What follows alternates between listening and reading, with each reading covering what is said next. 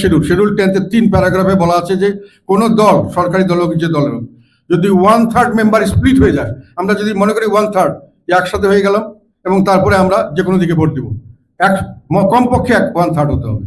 তাতে করে horse trading মানে পয়সা দিয়ে কিনে নিবে আমাদের পার্লামেন্টে, যেটা আমরা ভয় করি যে আমাদের লোকের ফাইন্যান্সিয়াল বা অন্যান্য লোভ লালসা ব্রিটিশের চেয়ে বেশি, আমাদের স্ট্যান্ডার্ড অফ এথিক্স কম, ফলে আমরা সেখানে যেতে পারি না, আমরা হট করে পয়সা বিক্রি হয়ে যায়। ইন্ডিয়া তো সেটা আছে, পাকিস্তানে আছে, অনেক দেশে আছে। ফলে এটাকে রেস্ট্রিকশন করলে 1/3 যদি হতে হয় তাহলে আমি একদিকে দিতে পারবো। এটাতে করে কিন্তু পার্লামেন্ট ফ্লেক্সিবল থাকবে। At the same time horse trading সহজ হবে না, কারণ 1/3 না হলে আমি যদি কোনো একটা লোককে একটা বিলের পক্ষে ভোট দিতে চাই, তাহলে একজনকে আনলে হবে না, একসঙ্গে দলের 30 জন থাকলে 10 জনকে কিনতে হবে। এবং সরকারি দলের এগেইনস্টে যদি নো কনফিডেন্স আনতে চাই 151 যদি হয়, তাহলে তাকে কমসে কম তার থেকে আমার ওই 1/3 মানে 51 জন লোককে আমার ছুটি আনতে হবে, হুইচ ইজ ডিফিকাল্ট। এটা ইন্ডিয়াতে কাজ করছে, এই জন্য আমি এটা সাপোর্ট করেছি, এটার জন্য আমি প্রস্তাব দিয়েছি। আর সেকেন্ড প্রস্তাব হলো যে অনেক সময় দেখা যায় যে একটা ব্যালেন্স করা যায় কিভাবে, যদি পার্টির প্রধান যদি প্রধানমন্ত্রী না হন, তাহলে প্রধানমন্ত্রী আর পার্টির প্রধানের মধ্যে একটা ব্যালেন্স হতে পারে। প্রধানমন্ত্রী একটা করতে যাচ্ছেন, পার্টি প্রধান রাজি না হলে একটা ওখানে হতে পারে। আমি সেই জন্য বলেছি পার্টি প্রধান এবং সরকার প্রধান যেন এক ব্যক্তি না হয়, এটা আমাদের প্রস্তাব। আর থার্ড করেছি, যেটা অনেক সময় দেখা যায় এক ব্যক্তি বেশি দিন সর্বোচ্চ ক্ষমতায় থাকলে সে ক্ষমতাটাকে অপব্যবহার করে, সাধারণত বেশি করে নিজের ক্ষমতা নিজে আঁকড়ে থাকতে চায় এবং যার ফলশ্রুতিতে একটা স্বৈরাচারী সিস্টেম চালু করার চেষ্টা করে, চেঞ্জ করার চেষ্টা করে, তার একটা পার্সোনাল ইনফ্লুয়েন্স সৃষ্টি হয়।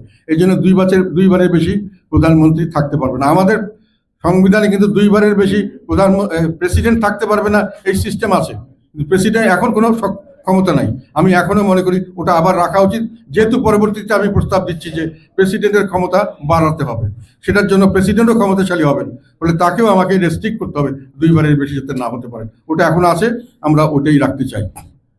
আর একটা এই পার্লামেন্টকে ব্যালেন্স করেছে বলছে, আমরা স্থিতিশীল করতে গিয়ে পার্লামেন্টকে এমনভাবে স্থিতিশীল করেছি যে ওনার যে পার্লামেন্টের মানে পায়ের ভিতর দিয়ে শিকড় গজিয়ে গেছে, ও আর হাঁটাচলা করতে পারছে না, অগ্রসর হতে পারছে না, দেশ অগ্রসর হতে পারবে না। আমরা এর থেকে কিছুটা ছুটিয়ে দিলাম, মানুষে পার্লামেন্টকে ওয়ার্কেবল হবে এবং ফাংশনাল হবে, পার্লামেন্টের কাছে জবাব দিতে থাকবে এবং পার্লামেন্টের কাছে জবাব দিয়ে থেকে প্রধানমন্ত্রীকে যে কোনো জিনিস যে কোনো সময় করিয়ে নিতে পারবেন না।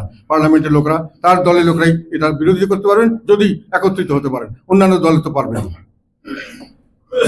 আর একটা যেখানে আমরা বলেছি সেটা হলো যে 2বারের বেশি হতে পারবে না, একটা হলো, আর থার্ড হলো 70 অনুচ্ছেদ।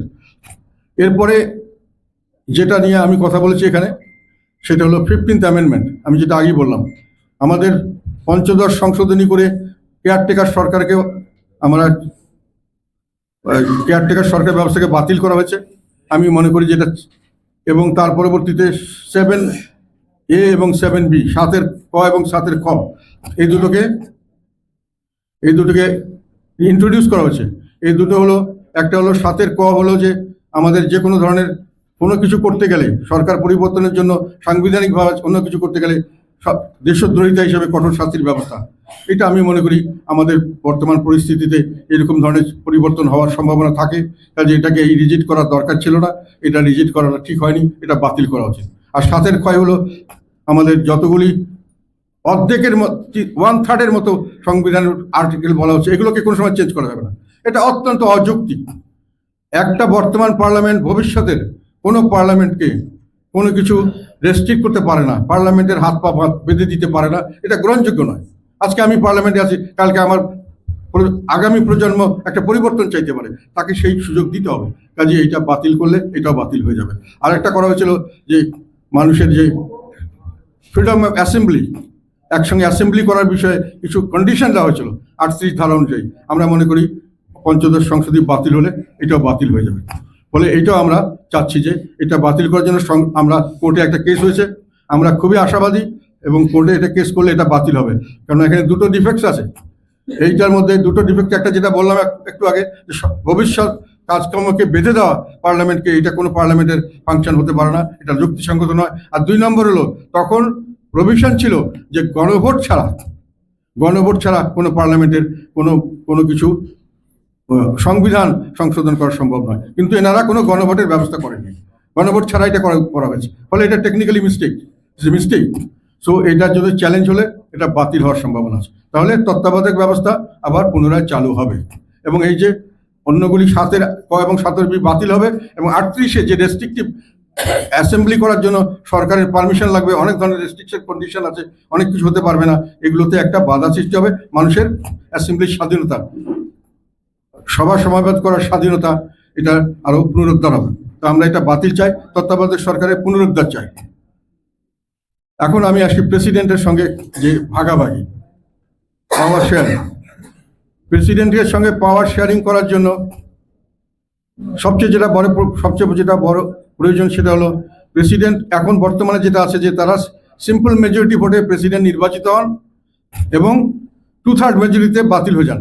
এখন 2/3 মেজরিটি থাকার কারণে প্রেসিডেন্টকে যদি থাকে, তাহলে প্রেসিডেন্টকে নির্বাচিত করা, প্রেসিডেন্টকে বের করে দেওয়া, দুটোই প্রধানমন্ত্রীর হাতে থাকে। সেই ব্যক্তি যাকে প্রধানমন্ত্রী যে নির্বাচিত করেন, যে কোনো সময় বের করে দিতে পারেন, সেই ব্যক্তি কোনোদিনই প্রধানমন্ত্রীর নির্দেশের বাইরে, তার ইচ্ছার বাইরে কিছু করতে পারবেন না। তার একেবারে বাড়ির মানে পারপাস সার্ভ করার জন্যই তাকে রাখা হয়েছে, এরকমই মনে হবে। বর্তমান প্রেসিডেন্টের অবস্থা এরকম। এবং এটার উদাহরণ আমি আরেকটা দেই।